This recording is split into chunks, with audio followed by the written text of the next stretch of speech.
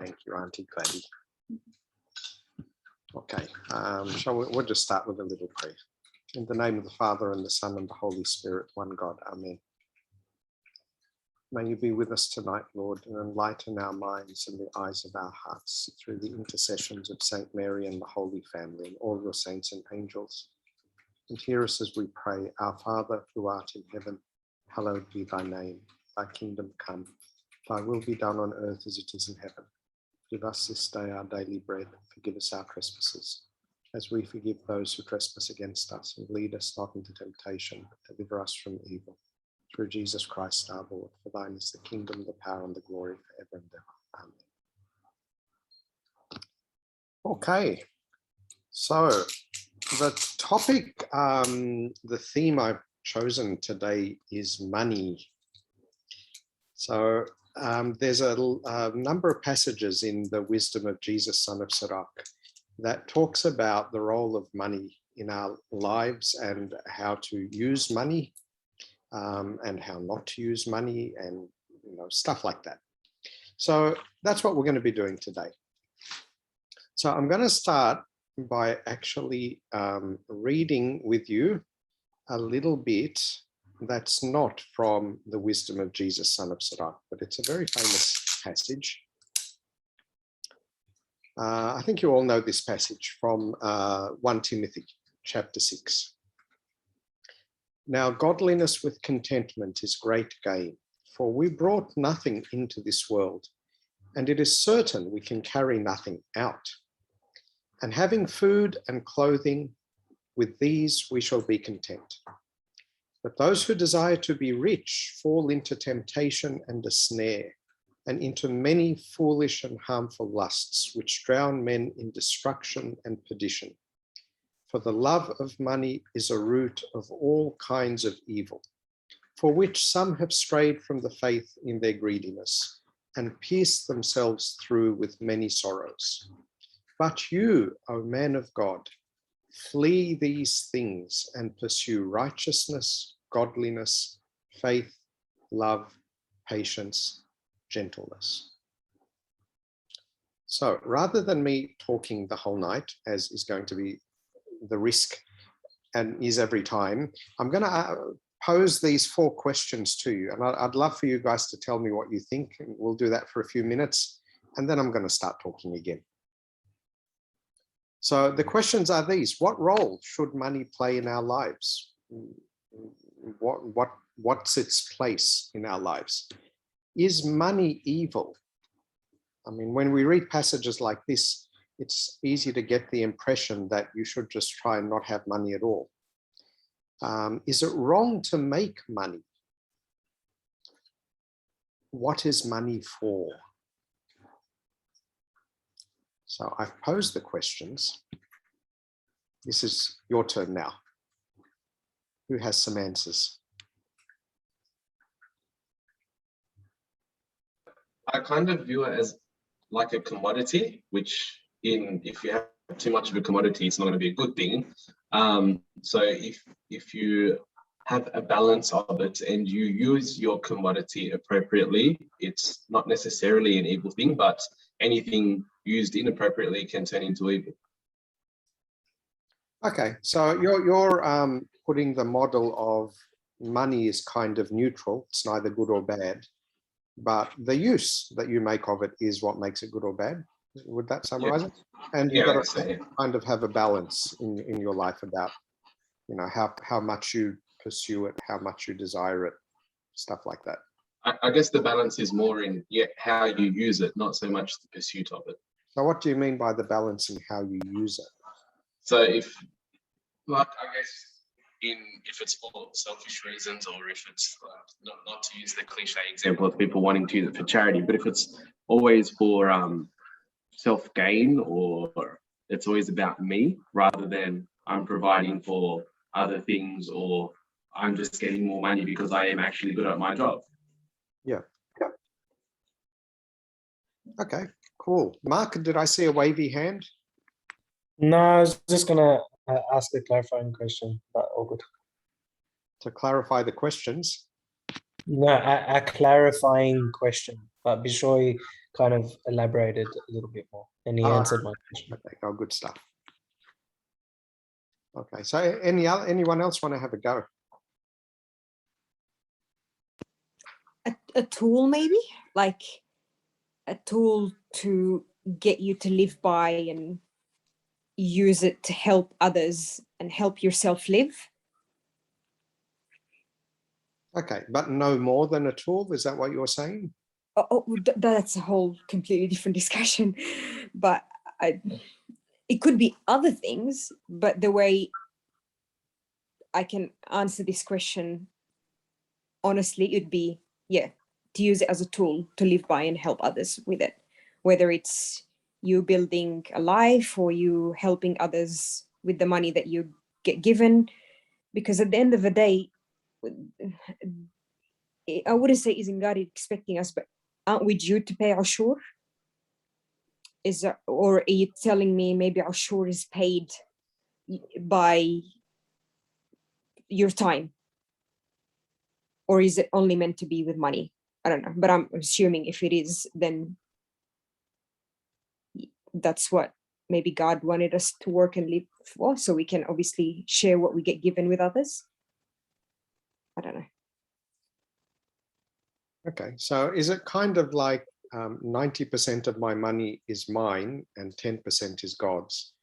I'll give God his 10%, and the other 90%, I can do whatever I want. That's not what you're saying, is it? I'm being, you know. When you say no, when you say whatever I want, I mean, if that depends on who that person is, but that could be 90% of it would go back into their business, and it will, like non-for-profit business, it will help them generate and they can continue living like that. So that's still 90% that it's not necessarily theirs, but it's going back into something that will help the community or help the business or things like that. Okay. But yes, it for my sake answering these questions, I just think it's a tool. Okay. And then I mean, I suppose you're raising another really interesting issue, which is the question of luxury. And how do you actually determine whether something is a necessity or a luxury, or are we okay with luxuries? I think we may have actually had this discussion in this group sometime in the past. Like, you know, should you be happy, I don't know, with a Corona, or is it okay to get a Lamborghini? I don't know. I'll just leave that one hanging in the air for a minute, shall I? As we I don't think half the people here know what a Corona is. Corona. Oh, I'm sorry. Don't they make them anymore? No, they don't make them anymore. They still make the Corollas. Corolla, that's the one I was. Yeah. But Corona, that's a very old car. I actually drove one for a while. Yeah. I call it Corolla then. Okay. Yeah, go ahead. Hi, Abuna. So you said as well, if you consider money as evil or not. I think it's really depend of the person who is using it, because it can be for a good things, you know, to feed your family, to, you know, build up something in your life that you really want to, or help other people. But also there's a lot of people using the money in a wrong way, which put other people in danger, or, you know, the distribution of the money, it's not really, like, some people has too much, some people has too little. So I think then it can be evil, or some people using the money to persuade other people to do wrong things. So I think it can be both ways. It can be very good, but can also be evil, depend of the person who is using it. Okay. So now I want to actually add one or two other questions that you've made me think of. So when you know, sit down to go over your personal finances, right? Is this a question that comes up or is this something you think about when you're doing that? You know, when you're working out how much money's come in this month and what do we have enough to pay our bills and all that sort of stuff, and, you know, thank God there's a bit left over. Do you actually stop and think, there's a moral dimension to what I do with my money, or is that not really something that ever comes up in your mind?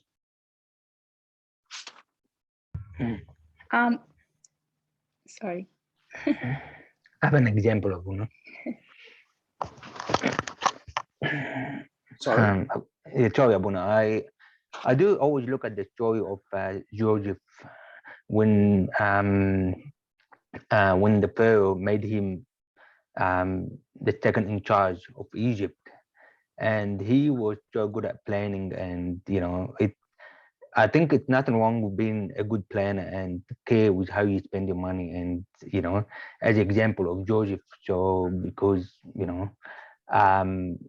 if you have that talent, if you know how to manage your money and think about the finances where you go, have a plan, but not to emphasize too much about money, not to put too much, think all the time about money. That want to become too much or excessive. I think, yeah. An obsession. Obsession, yeah, that's the word, yeah. And I think we'd all agree that's probably not a good thing. And of course, I didn't bring up the whole thing about camels and the eyes of needles.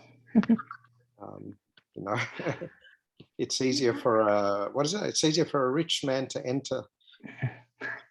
It's easier for a camel to go through the eye of the needle rather than for a rich man to enter the kingdom of heaven.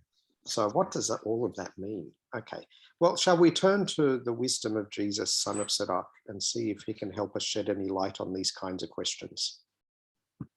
I'm just going to share once again. Here we go. All right, so I've got three kind of little themes that come up.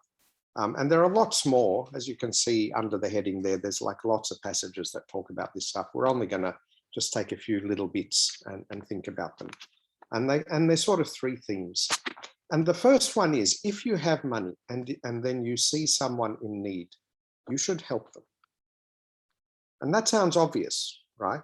But there are many opportunities in our lives where we could help someone and we choose not to. And then, of course, it's going to lead to the question of, well, who is in need? So in chapter 4, in verse 10, he says, be like a father to orphans and like a husband to their mother. And you will be like the Son of the Most High, and he will love you more than your mother. I thought that was a nice little way of putting it, isn't it? So if you care for others, be assured that God will care for you. And he's pointing out who are the kinds of people that we need to care for: orphans and widows.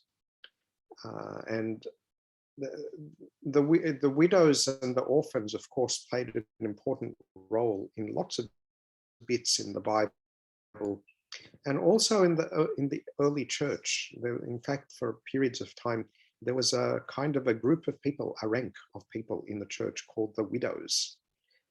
And this was because they lived in a society where women did not have economic freedom. Like, it was very hard for a woman who has no husband or no father to actually look after herself. It wasn't, in the last 100 years, women have fought a very big fight to kind of get equality, to be able to work the same jobs that men can work, to be paid the same amount that men get paid, and so on. I think they still don't get paid the same as men, by the way. There's still a way to go. But anyway, back then, of course, that wasn't even on the radar. So if you were a widow, then you were in serious danger of starving, and your children were in serious danger of starving. So what he's really saying here is, if you see people who have no one to help them, people who are in dire, desperate need, then we have a responsibility. We should care for them. We should do something to help them. And he encourages us not to miss the opportunity. He keeps saying things like this: and do not keep eyes in need waiting, and do not put off the gift of a man in need. right? So it's a very vivid picture of someone, I just imagine someone maybe, who's disabled and sitting on the street, and he's looking at me with these expectant eyes. And I'm sort of hesitating, right? And I'm sort of weighing up, I'm doing the sums in my head. I'm, working through my bank balance and wondering, if I give him some money, will that mean I can't get the Lamborghini or something like that, right? And what he's saying is, no, don't miss the opportunities. Have the kind of heart, have the kind of character that when you see someone who is genuinely in need, that you don't really even hesitate. You don't keep them waiting. That you actually go ahead and do, what you can to help them. So I don't know, would anyone like to sort of comment on that, or shall we just plow on?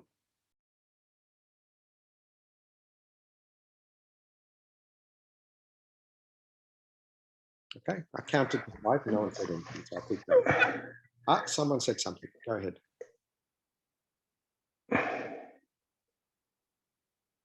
Nader, were you going to say something? Kind of. Like I find it a bit hard, especially in Australia. Like you have all these social services.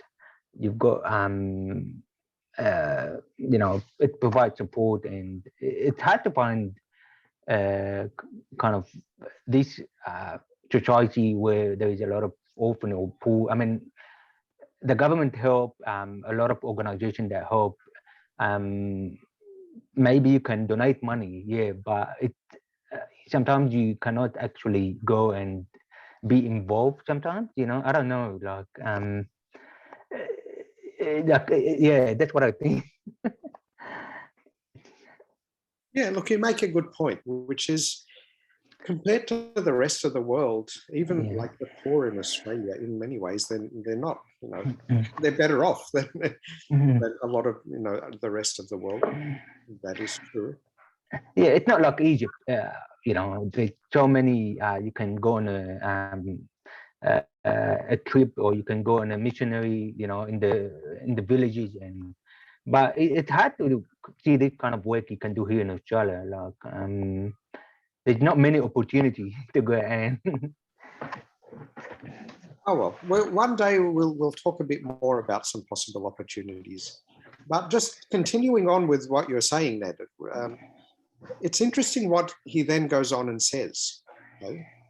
He goes on to say, make yourself beloved in the assembly and bow your head to a great man. Incline your ear to a poor man and answer him peaceably and with gentleness. So he's kind of now gone on to say, in a way, you almost need to be as kind to the rich as you need to be to the poor. What does that mean? Surely the rich don't need you to be kind to them, do they?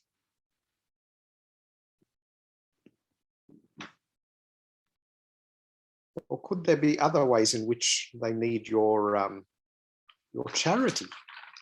Is it possible that the rich or the powerful or the great might need your charity? I think so, Abuna. I think a lot of people they have too much. They also in need of a lot of other things. I would say maybe more emotional things, that you could support them with that. Yeah. Yeah, and I think that may be one way to understand this little passage, that it's not only about money, it's about other things as well, and really what he's saying is the goal for us, because we're never going to eliminate poverty from the world, right? I mean, it may be possible that it could happen, but none of us is going to be the ones who do it. Maybe Bill Gates could, or Elon Musk or someone, like that, but none of us is going to be able to do it. But maybe the goal here, the thing that we can do, is to have a kind heart, to have a charitable heart. And that will express itself in helping the widows and the orphans and the people who are materially in need. But it can also express itself as much in the people who are emotionally in need or, socially in need, the people who need kindness, not in terms of material gifts, but kindness in terms of understanding, in terms of being grounded with them. I think, particularly in Australia, we worry about, none of us want to be crawlers and none of us want to suck up. And, we have the tall poppy syndrome where we don't really, if I were to meet the Prime Minister tomorrow, I'd probably just call him Scotty. I wouldn't say, Mr. Prime Minister or anything like that.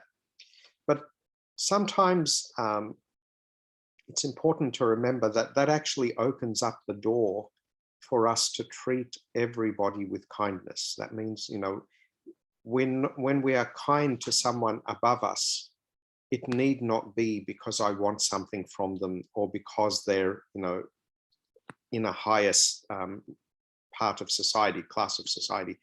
It may just be out of kindness because I have a kind heart. And I would behave with the rich just as I would with the poor. I would behave with the great in the same way that I would behave with the lesser. At work, I would treat my bosses the same way that I treat the people to whom I am a boss. So does that kind of make sense? This idea that kindness and charity certainly should be directed to those below us who are in a worse state. But we need to also keep in mind that it may need to be directed to those above us in a better state than we are. All right, any thoughts on that before we go on?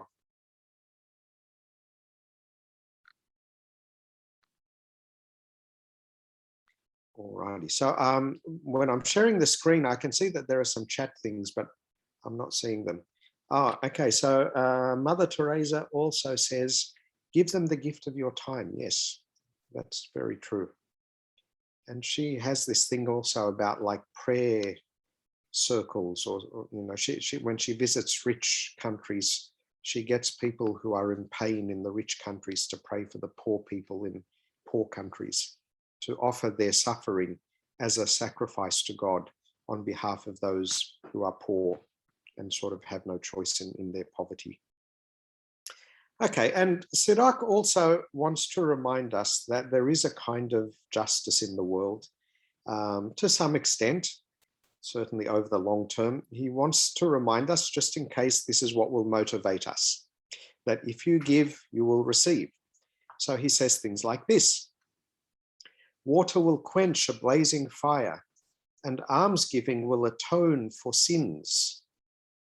He who repays kindnesses is mindful of the hereafter, and at the time of his fall, he will find support. Be a father to orphans, and like a husband to their mother, and you will be like a son of the Most High, and he will love you more than your mother. And that's a bit that we read earlier on. Right, so I mean, I think there is a level at which we can think of using our money to help others as being a good investment, right? And I think St. Paul in one of his letters, says that bit about give and you will receive, pressed down, squashed up, 100-fold and so on. But I think we are also meant to move beyond that level. And we are also, that second bit that we repeated is you will be like a son of the Most High. Maybe that's the more important thing. It's not that God is going to give me money in return for the money that I gave to others, but the thing that I actually get out of that, the profit that I make, is that I become more like God himself. I become loving like God, kind and compassionate and merciful like God. And that change in my character is maybe the best profit I can make from my money investment. Now, someone brought up the idea of balance at the beginning, right? So here is a question: how hard should we work? And how should we decide this? I mean, it's quite possible to get 3 jobs and knock yourself out working so that you can buy, a mansion in Vaucluse. And it's also possible to say, you know what, I'm just gonna, work part-time and we're just going to be happy renting a little 1-bedroom flat. And then, of course, there's like every possibility in between. How do you decide? How do you decide what is the right way to go? So let's have a look at something that Sirach says. He says, "My son, do not let your business involve too many things. If you multiply them, you will not remain unpunished. And if you pursue them, you will not overtake them. And you will not escape by running away." Now, this sounds very negative, doesn't it? If we were just to take this on board, then like just do the minimum. Don't do any more than that. Because you're bringing additional burdens on yourself. And I'm sure all of you have at some time felt that, felt the burden of the pressure of, I have to do this work. And some days you hate work and you don't want to be there, or you hate your job, or some of the people who are at your job. Sometimes you feel like you're that rat running on the treadmill, you don't seem to be getting anywhere. You're putting in a lot of effort. Where's this all going? What's the point? Okay. And remember, we have this also in Psalm 126. "Unless the Lord builds the house, those who build it labor in vain. Unless the Lord guards the city, those who guard it stay awake in vain. It is in vain for you to rise early, to awaken from your rest, you who eat the bread of grief, when he gives his beloved ones sleep." Again, the message here seems to be, why are you killing yourself working for material gain? What's the point? Is that really what this psalm is saying, by the way? Or is it actually saying something subtly different to that? Is this psalm, and maybe even the passage from Sirach, are they encouragements to laziness? Not a rhetorical question, this one. Yeah, please, someone answer.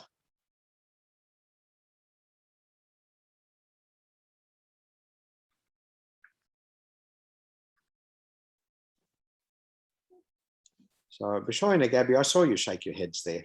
Unfortunately, you happen to be on my screen. I don't think it's a call to laziness. I think it's, I take it as whatever we do to do it in honesty, whatever labor or work we do to do it in honesty. Okay, so where is that in the actual passages? Well, I don't see it in Sirach, but when in the psalm where it says, "Unless the Lord builds the house, or those who build it labor in vain," I take it as we do our part and God completes. So yeah, still do your part, and it's God's grace that does the rest. Okay. Yeah. And maybe like the other side of that then is the person who puts their trust in their own effort and thinks, I have control over this, I will make my life be what I want it to be. I don't know why Oprah jumped into my head there as I was saying that. No idea why. That's probably unfair. The person who thinks that, my effort is what will make my life what I want it to be, kind of has to learn a bit of humility as well. Isn't that true?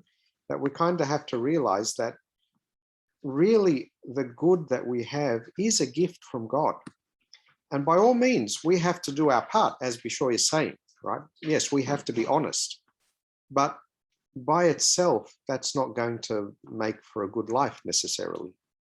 There are people who do work very hard and do put in a lot of time and effort and end up with very little by the end of it, or certainly not what they expected. So there is that sort of dimension of divine blessing as well being with us, and us acknowledging the gift that God gives to us when things do go well. But that is very, very important. And yeah, I agree with you. I don't think he's saying we should be lazy. I think what he's saying is don't put all your hope in your own effort, right? It's vain for you to rise early and awaken from your rest and eat the bread of grief, right? If you think that's what's going to save you, no, That's not what's going to do it.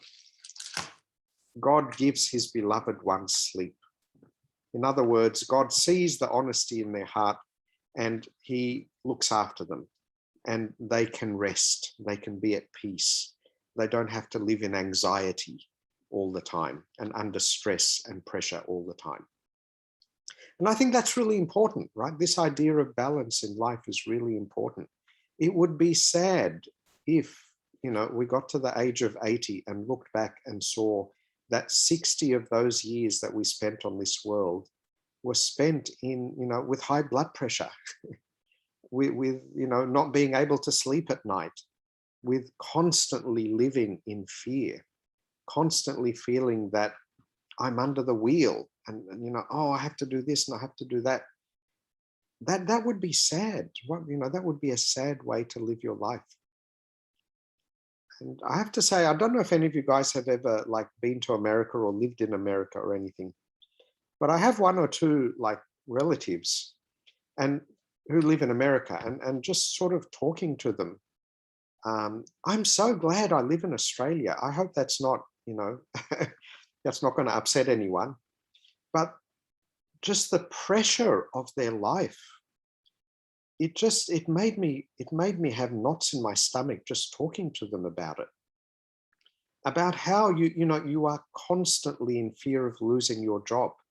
And if it's so competitive, and if you're sick, you got to go and go to work, right?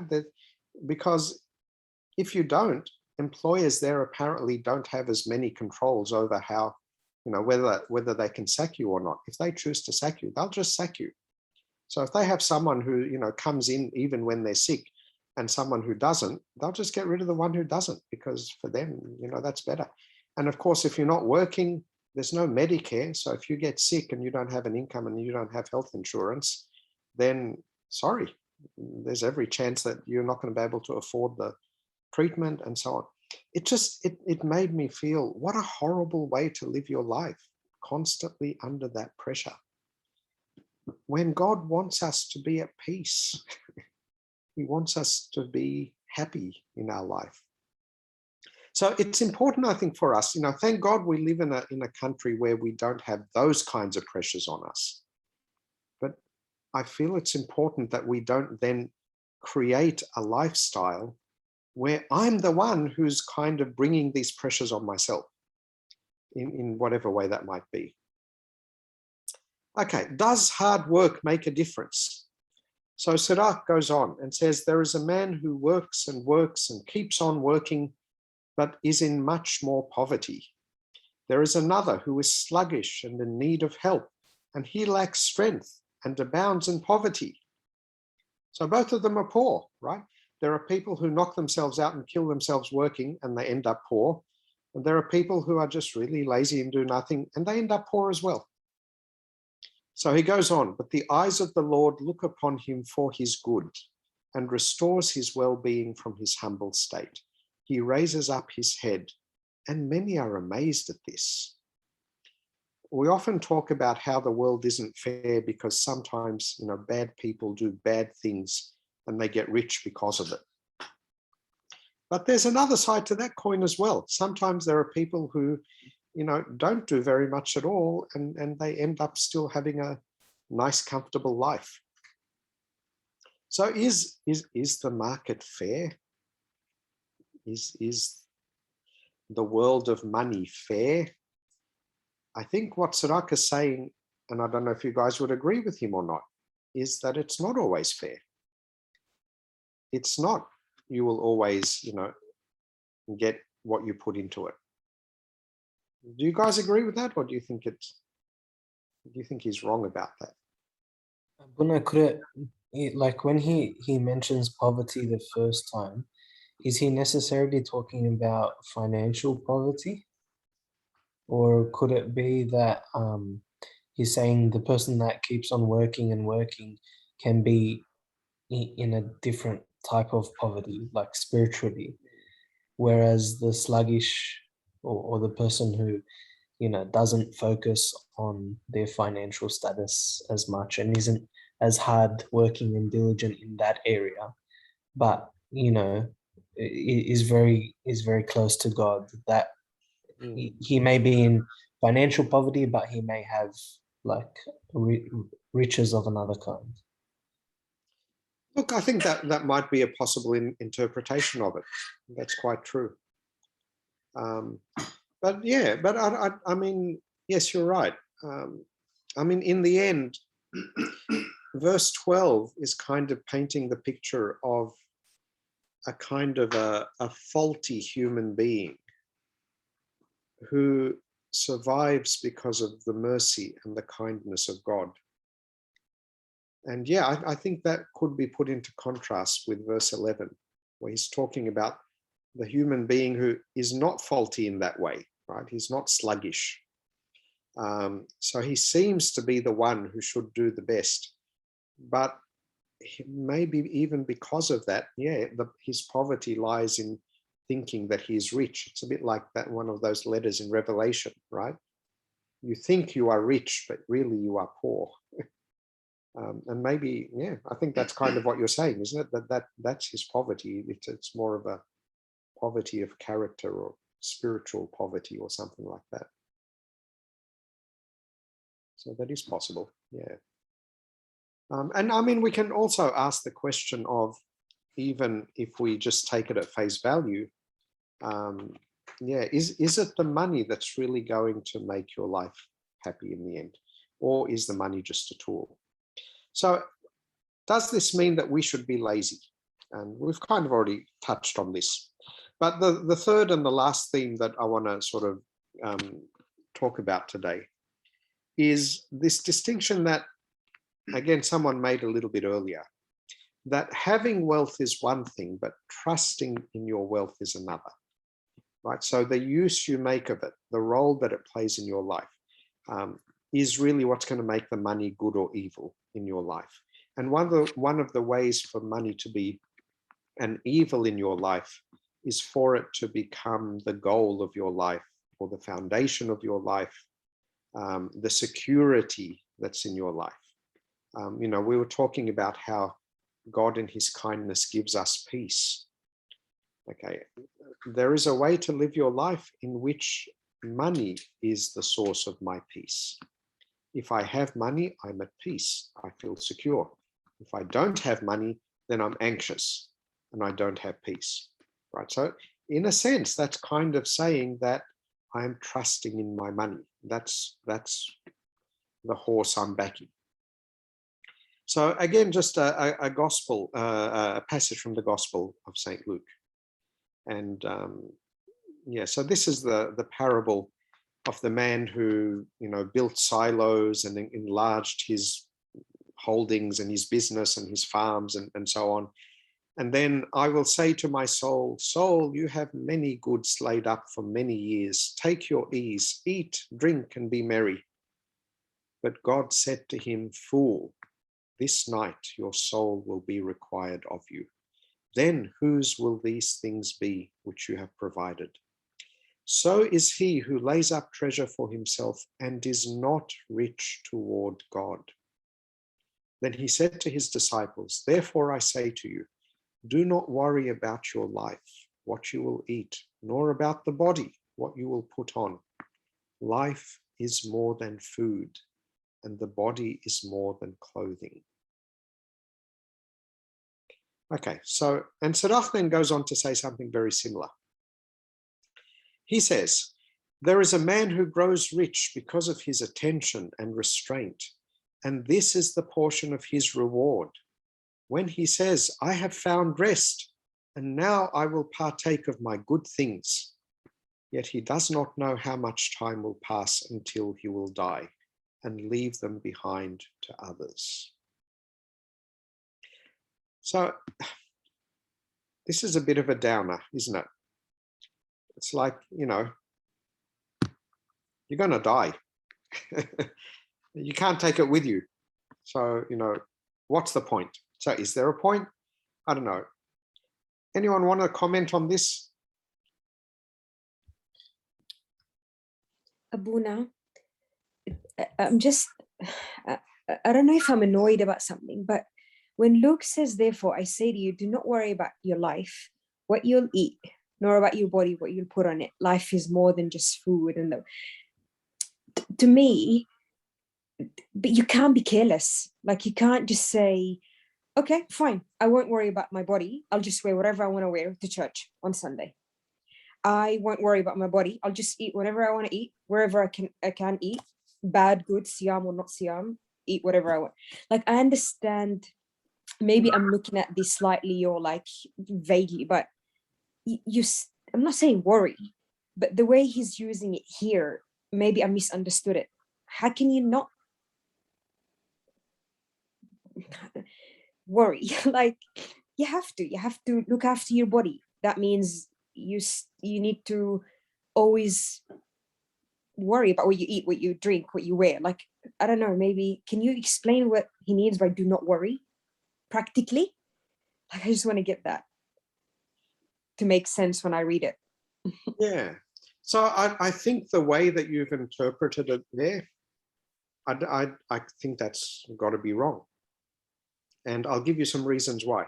One is, the same Jesus who told this parable told the parable of, the unjust servant who's going to get fired. So he goes out and he, makes deals with other people and works really hard so that when he gets fired, he'll find someone who, repay the favors that he did, and he'll look after him. And he commends him, right?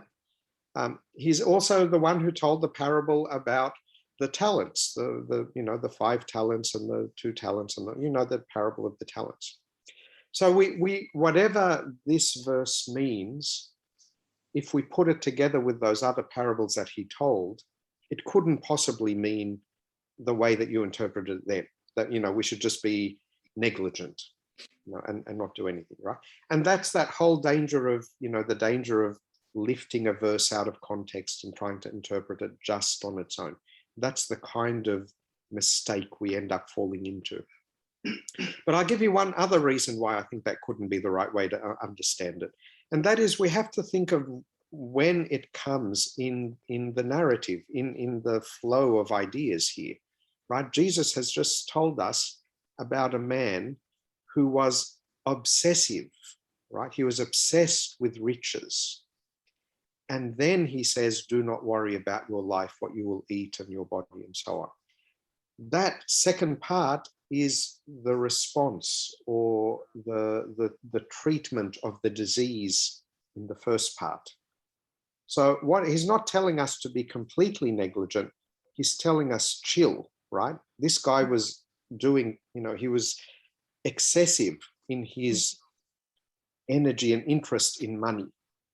Therefore, I want you not to be like that. Do not worry about like that guy, right? So that's what it refers to. Does that make sense? Yeah. Yeah. Go, Mark.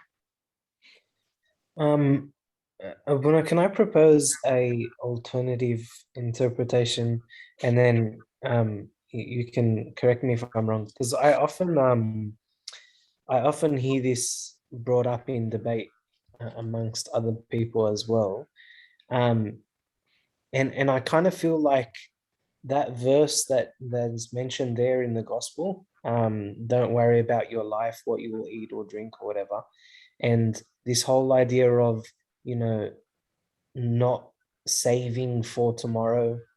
So kind of brings to mind that idea of when the children of Israel were in the wilderness and God told them, don't store the manna, I'll provide for you. So I kind of think that the ideal is to not worry about tomorrow and to live by faith and to not store for ourselves. But the only reason we don't action that practically like today is because we're not at that level.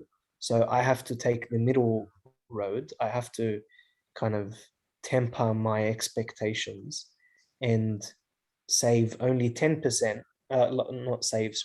give only 10% and save the rest for me until I'm at that level where I can give, freely and live off only very little. Yeah, look, so you're saying it's a kind of a levels kind of thing. But I would come back and say, does not worrying about what you will eat mean that you don't eat at all necessarily? Surely you can eat, but not worry about what you eat. As in, okay, I go to work, I make the money so that I can eat and feed my family, but I'm not going to worry about it. Right? I'm not going to, lie awake at night thinking, oh, what if I lose my job tomorrow? That's what's not necessary, right? But we don't And that- necessarily do that, Abuna, because I feel like the way that we've structured our lives, we already take that into account. So I've already got savings that'll set me up for the next few months of dinners. Like I don't need to worry about that. Okay, good. I mean, if that helps you then to, if that frees you to then focus on the things that really matter in life without worrying about those material things, then that's probably playing a good role.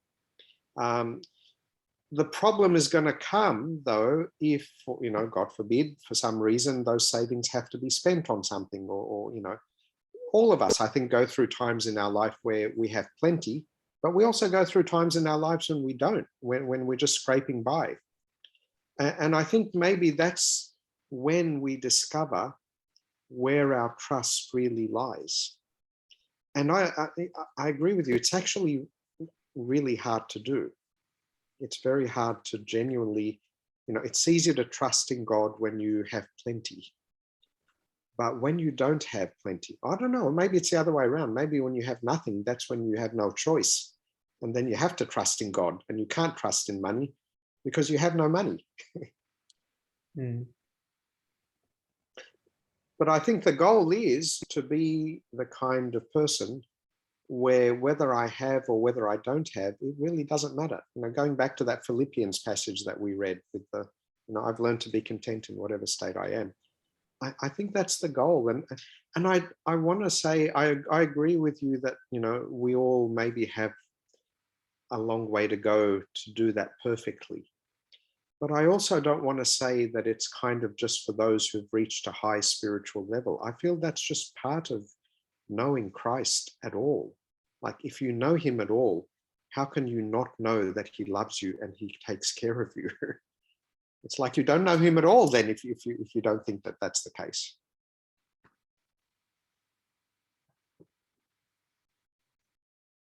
Yeah.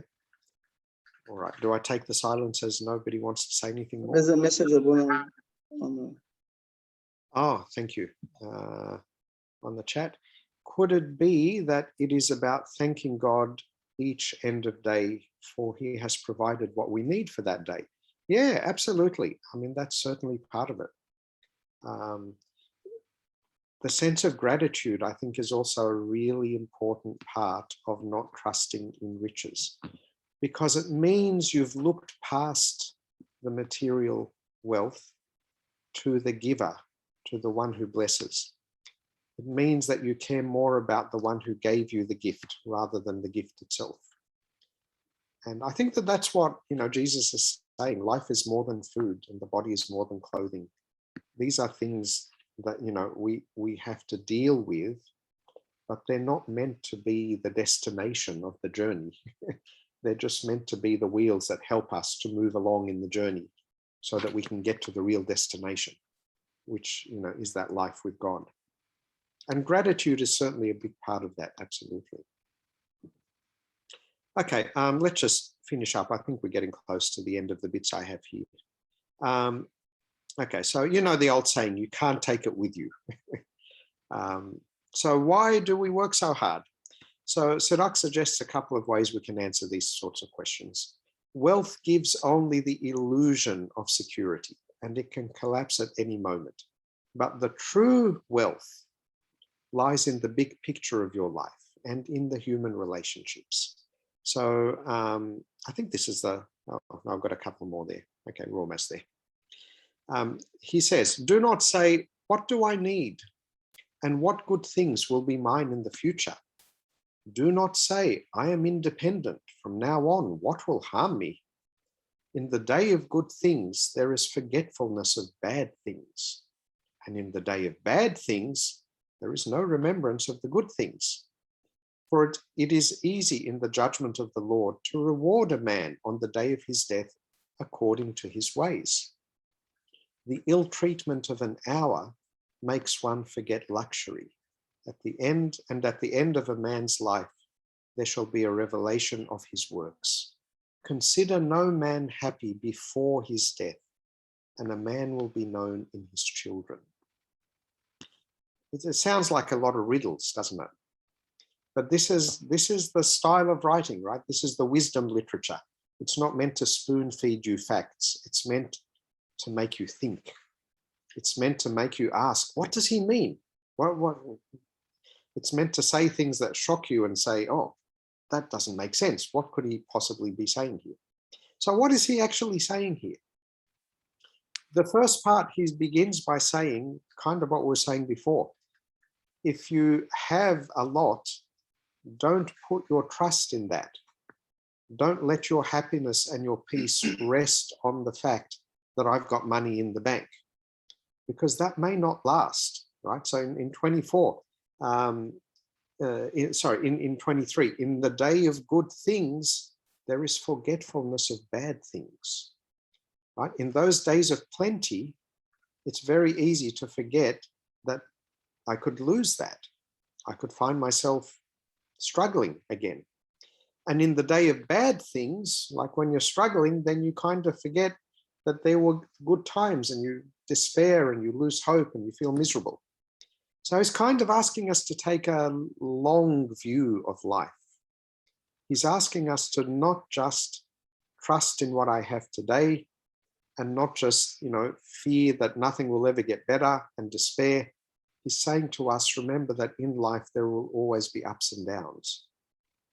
And therefore, you should never sort of just take your current situation as being it, and that's it. But what is it? What does that long view teach us? Consider no man happy, or makarios is the Greek word, which means, you can translate that blessed, or, in a good place kind of thing. Consider no man happy before his death. What does that mean? You can't say that someone is genuinely happy until the day of his death. That's a good riddle, isn't it?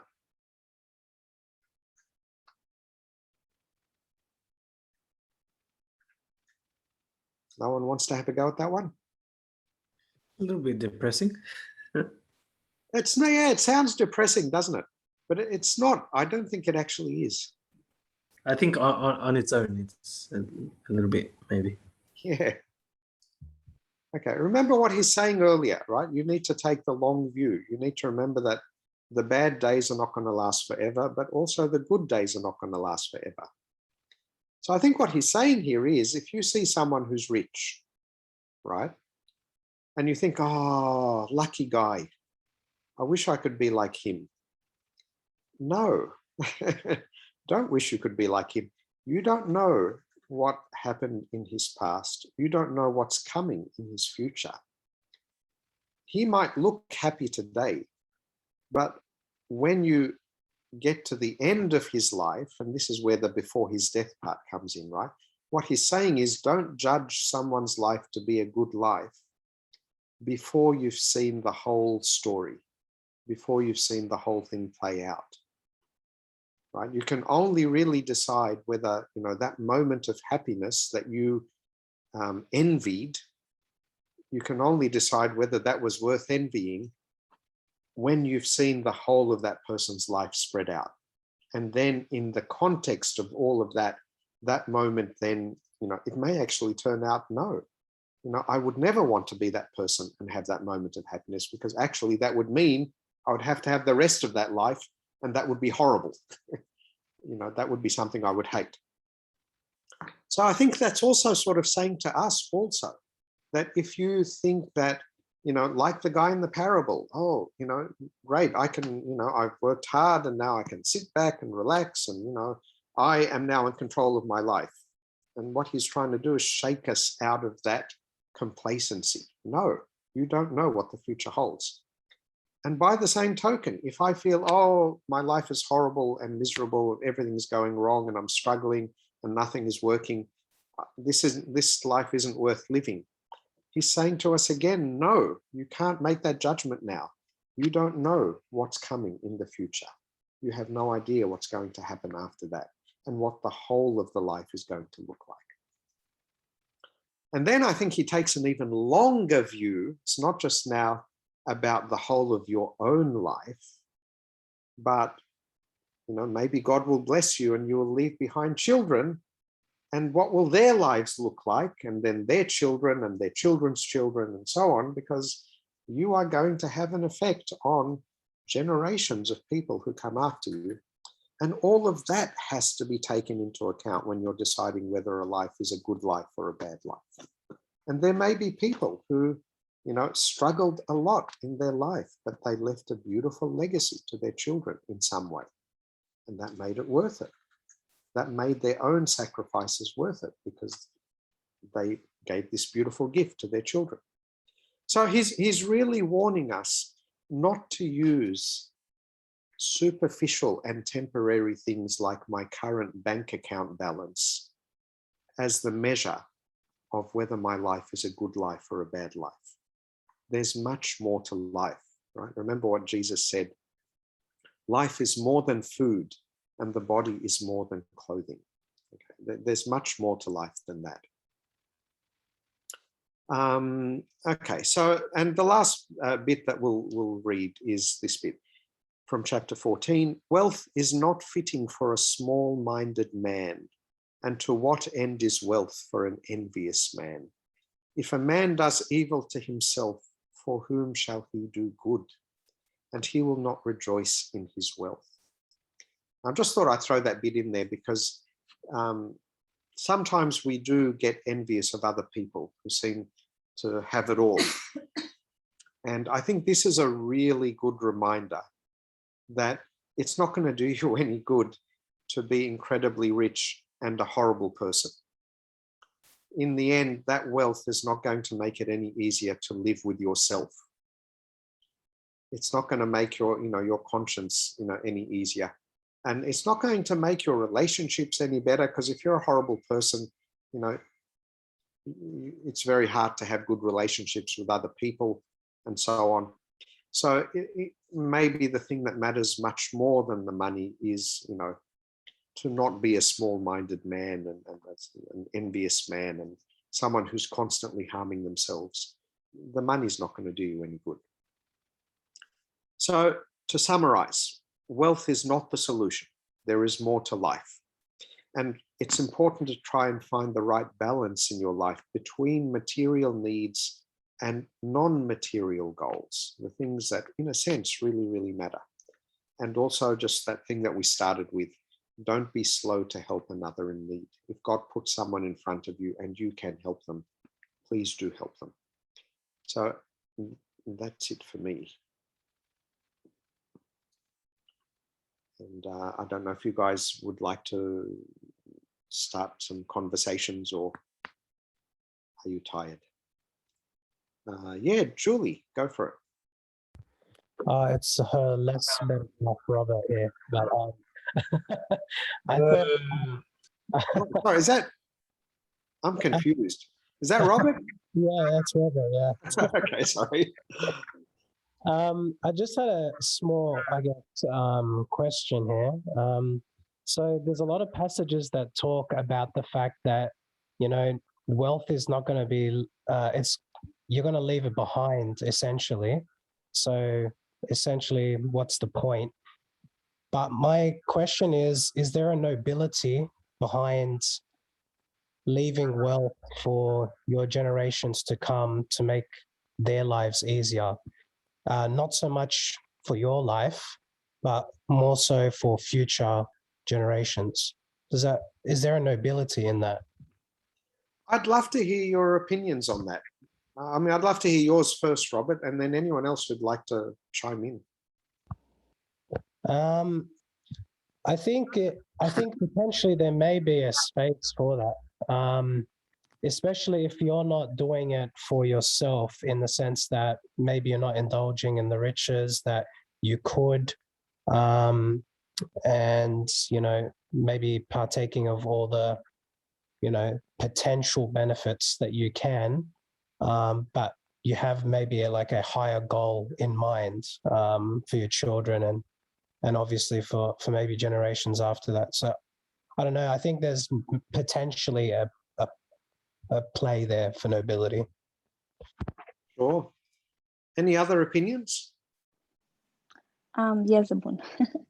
I think it's very important to do that, but I don't know. For me, I should think that what you do, it's much more important. Like if you are a person that you are just working too much because you want to leave this and that for your children, but you don't spend them time with them, you're gonna end up having like an adult that you're gonna grow up, is gonna have difficulty in many areas, and then the money is actually not gonna help them, and then they're not gonna have that love and support that they're gonna pass them to their generation. Maybe they're gonna pass to their next generation more money, but then again not gonna pass on that support and love.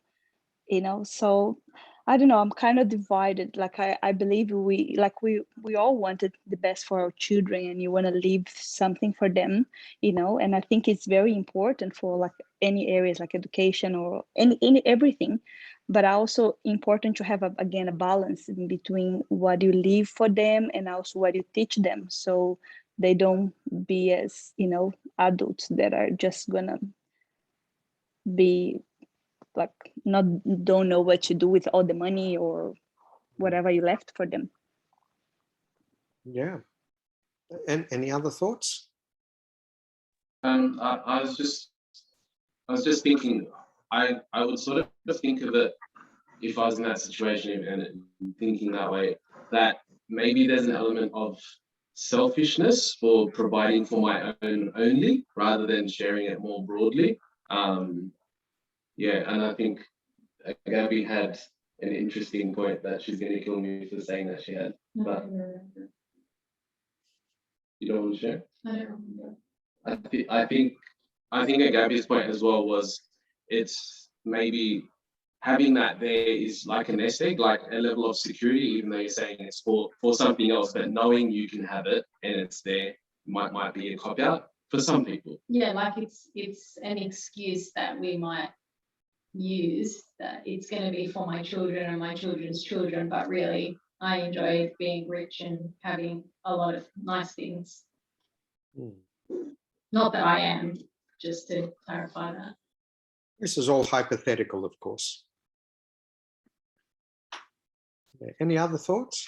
Is there a risk as well that by working hard now for your kids, that they also, when they grow up, might have like everything on a silver platter, so then they're a lot more spoiled? Like if you look at like all the rich celebrities and stuff, like they grew up where they already have everything, so they don't need to work, they don't need to.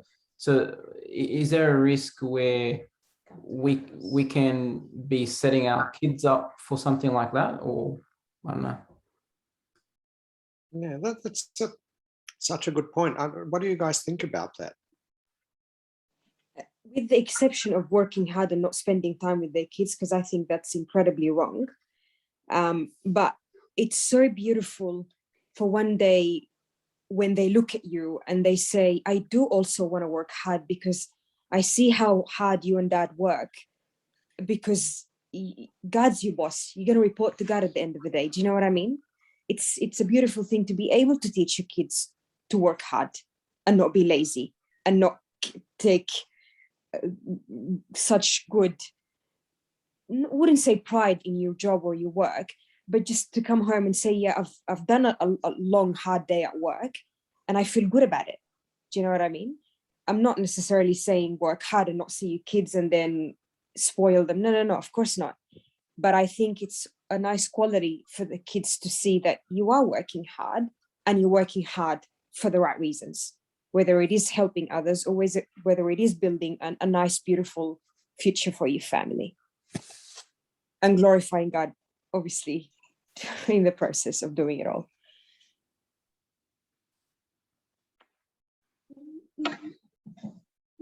You're going to say something, Meg? Yeah, I was going to say, I remember when we had the talk last year on Sunday, is building your wealth costing you your salvation. You gave us that talk, and you said that the worst thing you could do to your kids is to make them materialistic. And you said that was the most terrible thing you can do for your kids. So obviously it is a very, very big worry for all of us, because we all want to try and, prepare our kids and have them comfortable. But I'll just say a quick story. One of my friends I was talking to yesterday, one of my high school friends, I haven't spoken to him for many years. High school means 22 years ago. His dad. That's last century, Magdi.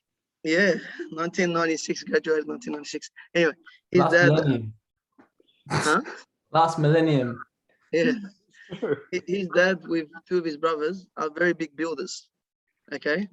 And they're very, very successful. And like they own, where LRC lives in Penrith, and so that whole block with the gym and AMF bowling, all of that block is theirs. They're the landlords, and they're renting out all those businesses, and all the Nepean River restaurants. The new restaurants in Nepean River. All of that land is theirs, and they're renting it out, plus heaps of other stuff, right? So anyway, so he built a huge house where all of his children can live with their families together.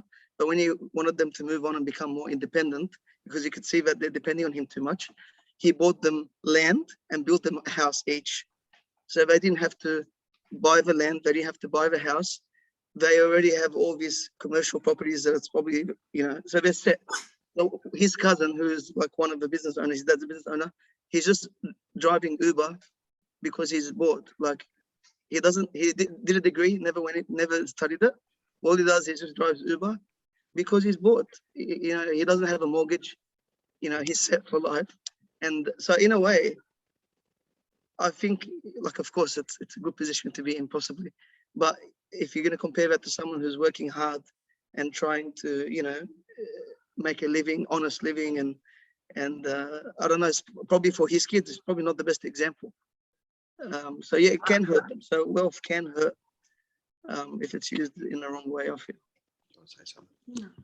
I'm wondering what that does to the character of a teenager, for example. I mean, teenagers are notoriously self-centered. It's not their fault, the poor things. Their brain hasn't developed yet. But if you're a teenager and basically mum and dad are just giving you more than enough, lots and lots of stuff, and that you're going to be set for life and so on, I don't know. Can that sort of damage the character of a person? I think I don't know. I was just imagining all this scenario in my mind now, like a person that has everything, and then the guy driving Uber because he's bored. I think I don't know. I feel like very hard to imagine how he would be, because then you feel like you have no ambitions in life because you already have everything. And I'm not just saying ambitions in terms of money. Like, he may, I don't know, don't feel even like enthusiasm to like go and study something, because what he's going to study for? A lot of people start studying because they want to have a career, but then he has so much money and he will think like, why he's going to have a career? So there's nothing to really drive his life. That's why he's so bored. And probably then his kids, it must be so hard. I have a question for Magdi. Did he complain to you about his life? Is he bored? Is he out of his mind? No, my friend, he's working. It's his cousin that's doing that. Yeah. Like my the friend guy is that's working, driving the Uber. but he's so relaxed. Like, he doesn't care whether he loses his job, he doesn't lose his job. He's just a relaxed human being. Oh, okay. Because but yeah, his cousin did try and do something with his life. He bought a farm to grow bananas, but when the drought hit, things got a bit tougher and all the bananas died. And so then he turned to Uber.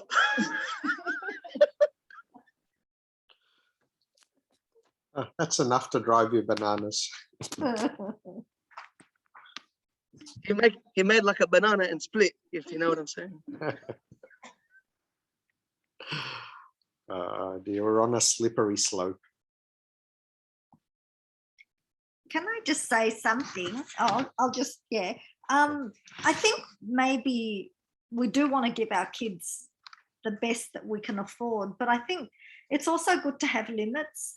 Like, I remember when the new iPhones were coming out and we were thinking, will we get one for our kids? And they were like, a brand new one was really quite expensive. And even the kids themselves were sort of thinking, this is too much for a phone for a teenager, or for, I can't remember what the age was. So I think it's good to sort of make the kids aware that something that's so expensive, I don't know, we always talk about, you know, birthing kits or whatever it is that we're raising money for.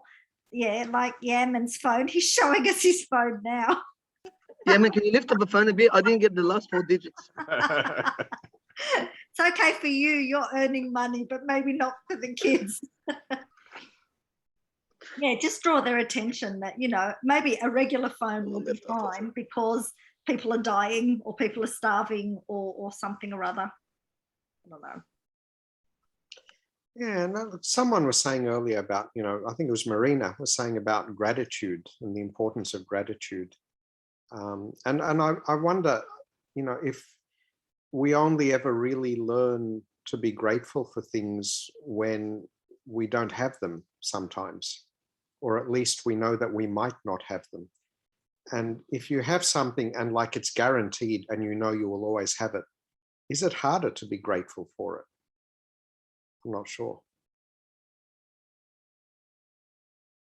Because we're in lockdown now.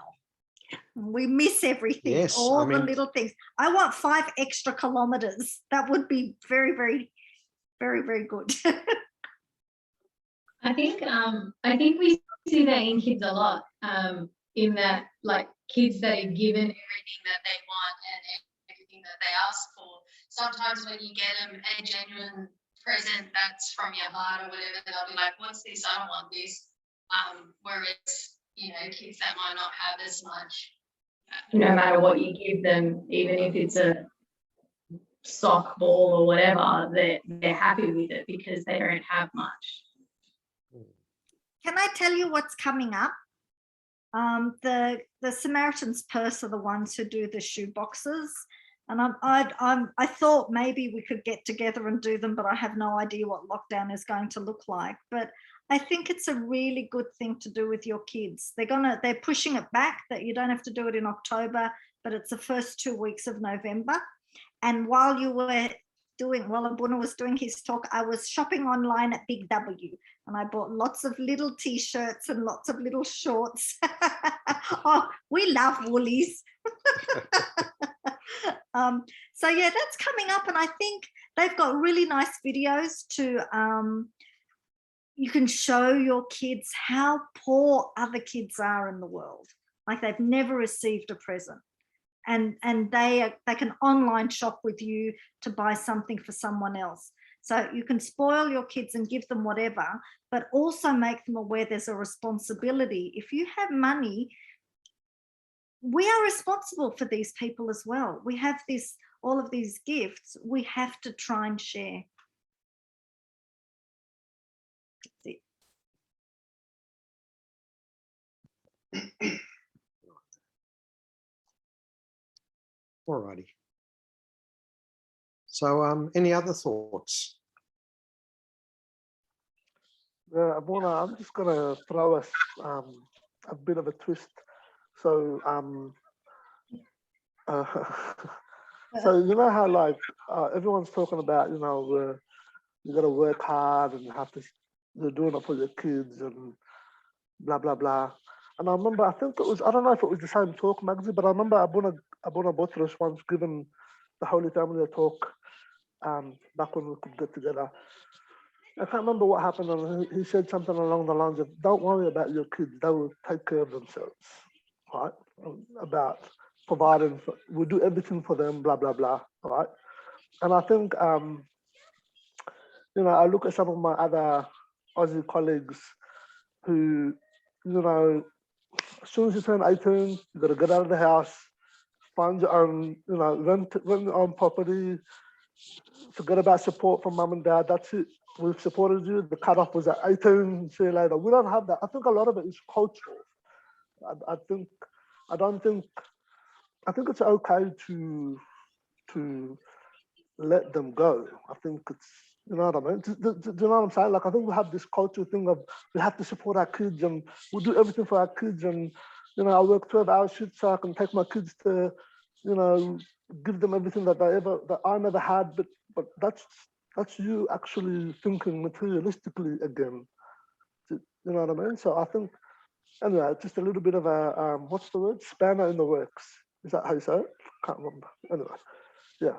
But yeah, we have, I think it could be a cultural thing, you know what I mean? Like, even she's Lebanese and they have a similar thing where it's the same thing. The kids stay at home until they get married. You know, there's that level of, I have to support my kids and give them everything. But why don't you just think about it the other way around? Why don't you throw some of the responsibility on them? You know what I mean? Why don't, I like the idea of, I'm not kicking the kids out at 18, but like, you know, giving them the freedom and the responsibility. And it doesn't have to be at 18, but it has to be throughout their lives. That's my 5 cents worth. Yeah.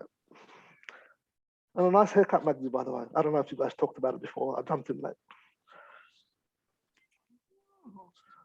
We're still recording. Please keep it professional.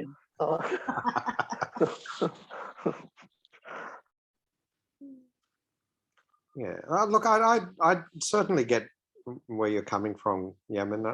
I think often, you know, the parents who, particularly like if they immigrated and they had to start from zero and they worked really hard and so on, and then they don't want their kids to go through that, and that's perfectly understandable, right? That's certainly, you know, of course, you don't want your kids to have to feel, you know, pressured and struggle and so on. But what they don't realize maybe is one of the things that made the parents who they are is that struggle. And that if they deprive their kids of any kind of struggle, that's actually not good for the kids. I think that's what you're saying, isn't it? So it's like, you know, almost everything we talk about, there's that middle way, isn't there, between the two extremes of completely neglecting your children on the one hand and like, you know, giving them everything on a silver spoon on the other hand. And somewhere in the middle, I think, is probably the best way to go. And it's a question of working out just what that looks like for our kids.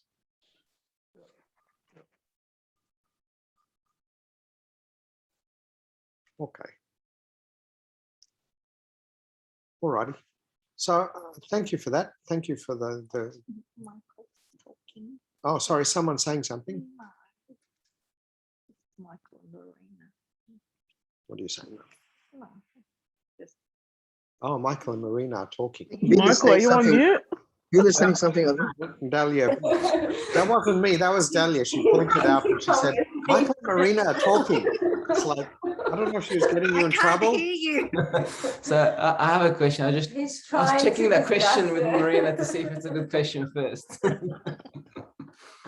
So the question that I have in my mind is, so I'll give you 2 scenarios and you guys decide which is the right scenario, and people can have different ideas. So one scenario, so someone saved up, you know, a big deposit for a house, all right? And then he has 2 options. He either gets that deposit and gets a big loan and pays for that house, or uses that whole deposit and gets like a 1-bedroom apartment and, you know, he pays off, he has no mortgage free. Which way is the right, not right way, but which way would be, I guess, more applicable with what we've learned today? And the reason why I'm asking is because, I don't know, actually, I'll get to my point of view after. I'll see what you guys think first. I just want to know what that has to do with the price of fish in China. I'm joking.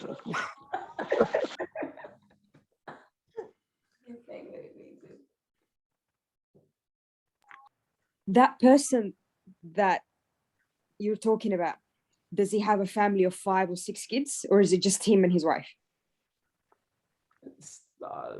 Just this is hypothetical. So just I say a kid and like just say a wife, him and his wife. Yeah, why the big house for? why does he want to buy a house? Is it for like financial gain? In the end, does he want the best capital gain, or like is he trying to house his family? Like, I'm confused. Is this an investment question or a religious question? No, the reason why I'm okay. So the reason why I'm asking is because we've just said, like, if we're trying to depend on God and not concentrate on riches and just get by, and then we're sort of going down the path where we shouldn't put all these burdens on ourselves. But like what I'm sort of thinking in my head is, what about going that, like, this is still the other extreme of, okay, let's say if I bought that unit and we're debt free and everything, then wouldn't that put you in a position where, if I lose my job, I'm okay, who cares, I don't have any debts, I have nothing, but then I'm not really depending on God either because I'm debt free, sort of thing. Like, if I lose that, I lose, who cares? Whereas the other person, he could be struggling every day to pay off his mortgage, this, that, and he's trusting in God that he'll get through every day. I don't know, like, I'm thinking it from a different angle completely. Yeah, but you're working on the assumption that being in debt is not a good thing in the eyes of God. No, I'm saying that if you do have this sort of debt like lifestyle, then I feel like you're not secure, you don't have that security, so you do have that trust in God, because if you lose your job, you have that necessity where you need to trust in God. That's more trusting. Yeah, but how do you know God's not going to reward you with a better job in the future? How do you know? You don't know that. So you could look at it the other way around. Yeah, I just think that when you're in a high risky situation, you always have that dependence, like you need something else to hold on to because you're in a high risk situation. So if you're gonna jump off a cliff, that's a high risk, and you're gonna pray a lot before you do it. Whereas if you're just gonna take a small step, then you just go, oh, I'll do it on my own, I don't need God. I feel that's not helping your argument, Bill. You're suggesting that we should jump off cliffs because that will teach us to trust God. That sounds like what the devil was asking Jesus to do. Not jump off cliffs, but yeah. Bill, Just use a rope and hang off.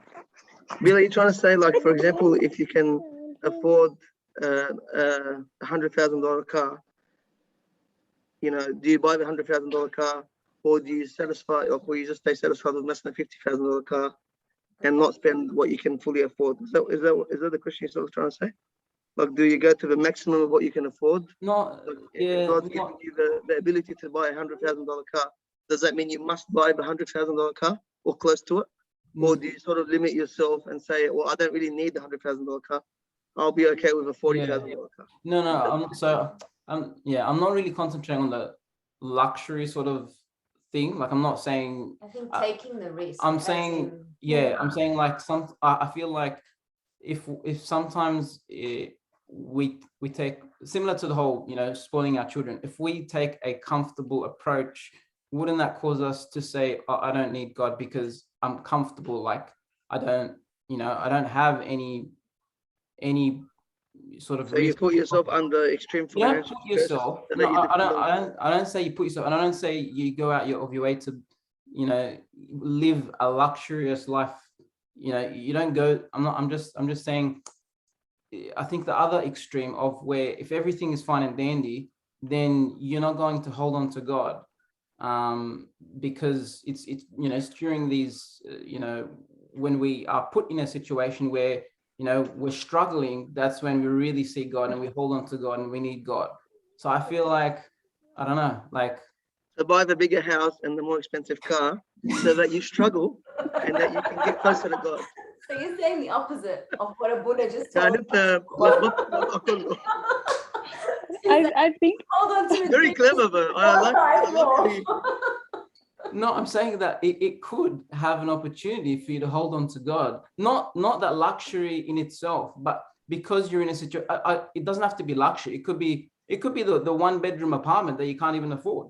Yeah. Because you have because you're a pizza driver or whatever it is, you don't have a good job and you have a very low income, and then you can't even afford the very basics or the very minimum. So that struggle in itself causes you to get closer to God. So I think any struggle, like obviously not the struggle to, for riches and to be, that's your aim to get, to have riches, but the struggle to, to live, the struggle to live a life where there's no, like, I'm not concentrating on luxury, but there is a struggle in your life. Because I just feel like if there's no struggle, it becomes easier to just become complacent, and you don't really need God. Your comfort, you're in your comfort zone. So I guess can you being in like struggling in your job or struggling in your debt or whatever it is, that can also get you closer to God, in the sense that not that your aim is to get to these luxuries, but that your aim is to just pay off your mortgages or whatever it is, and through doing that you are changing jobs as well. You're holding on to God during those times. I don't know if I explained myself wrong.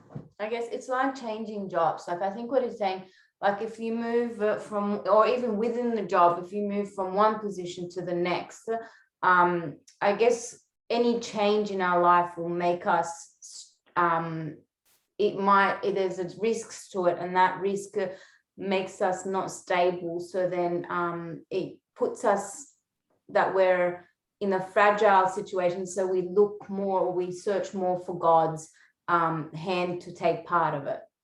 I think that's what you're saying. Is that right? I don't know. Anyway, let's move on. I fear, I don't know. I'm trying to put my finger on, like, what I'm worried about in what you're saying. And it may be that, one, there is a danger in actually, like, looking for trouble. Yeah. That's why we pray, lead us not into temptation. Life's going to throw enough trouble at us, whatever we do. I'm not sure that it's sensible to actually try and make my life more stressful with the goal that it will, bring me closer to God. The second part being, it may not, I may think that will be the result, and I'll make my life more stressful, and I may end up actually being pushed away from God by the additional stress. So it seems, I just worry that it might be a little bit, I don't know if it would be wise, to sort of seek it out.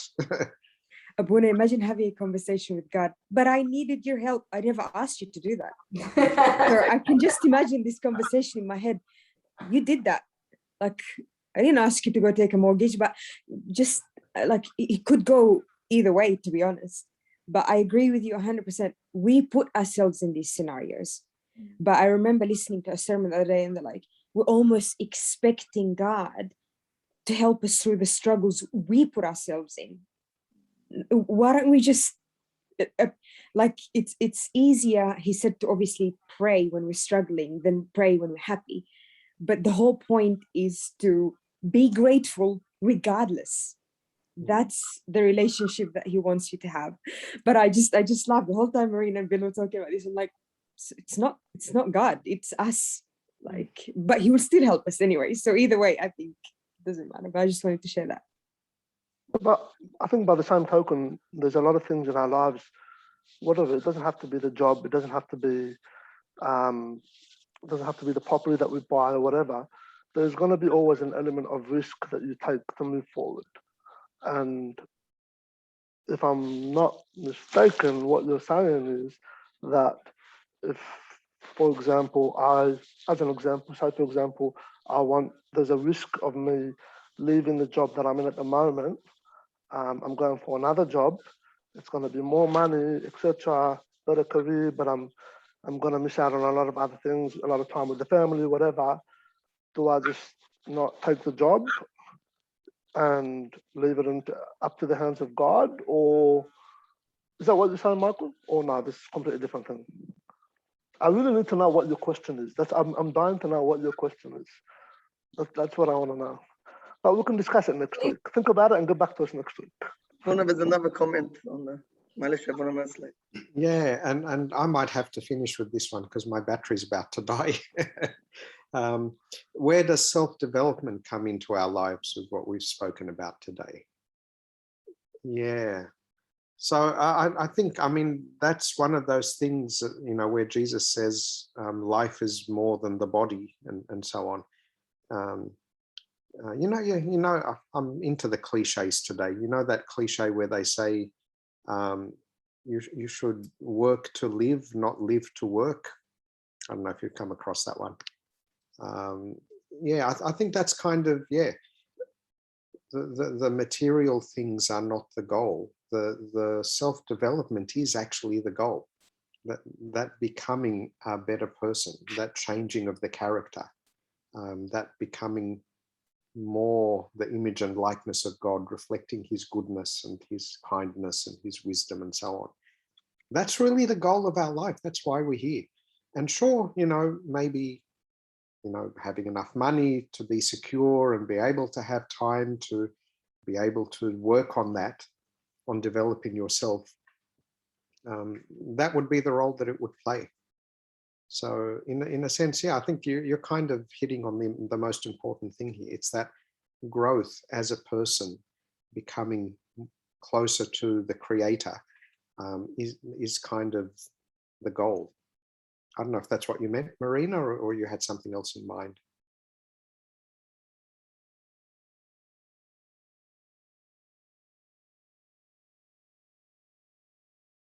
All right. Maybe the baby's asleep. Yes. All right.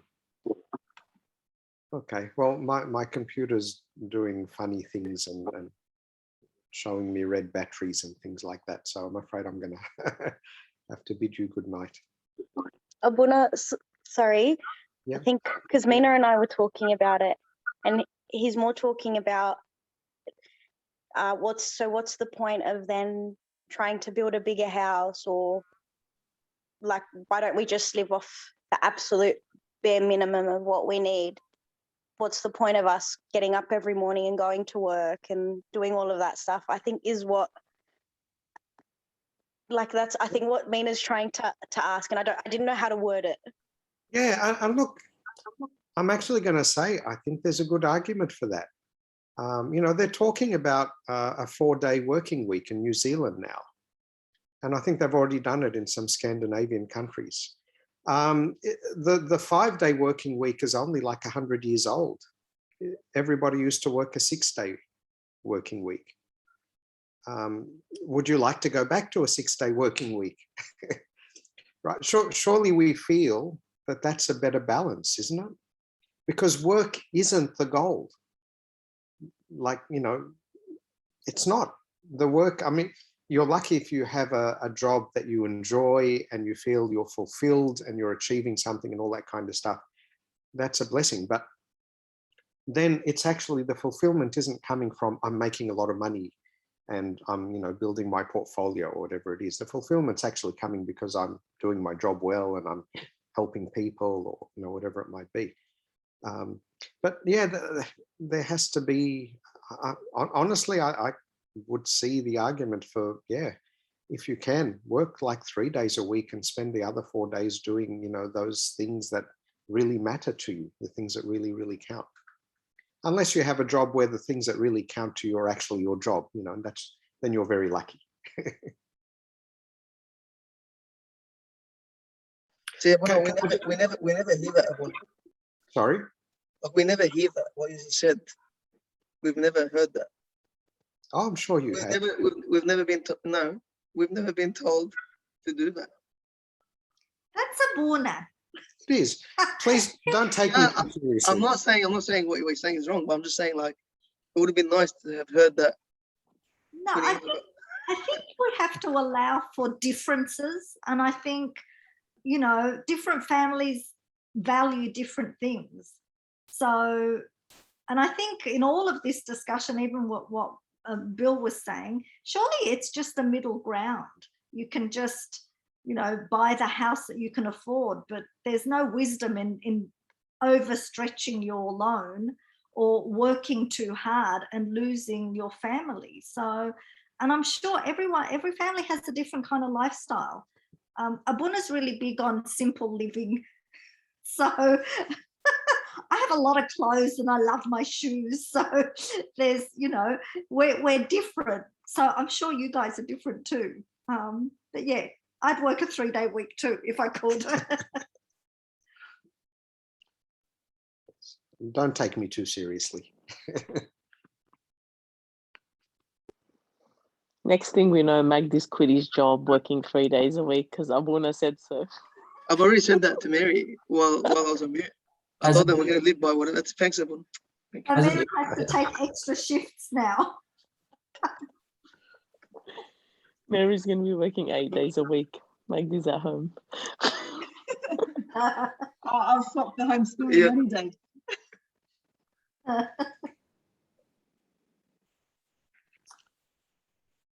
Anyway, yeah, I think we'll, I'll have to bid you good night. So shall we just say a little prayer before I go? And if you please feel free to hang around and keep talking. In the name of the Father and the Son and the Holy Spirit, one God, amen. Hear us, our Lord, as we pray together. Our Father, who art in heaven, hallowed be thy name. Thy kingdom come, thy will be done on earth as it is in heaven. Give us this day our daily bread, and forgive us our trespasses, as we forgive those who trespass against us. And lead us not into temptation, but deliver us from evil.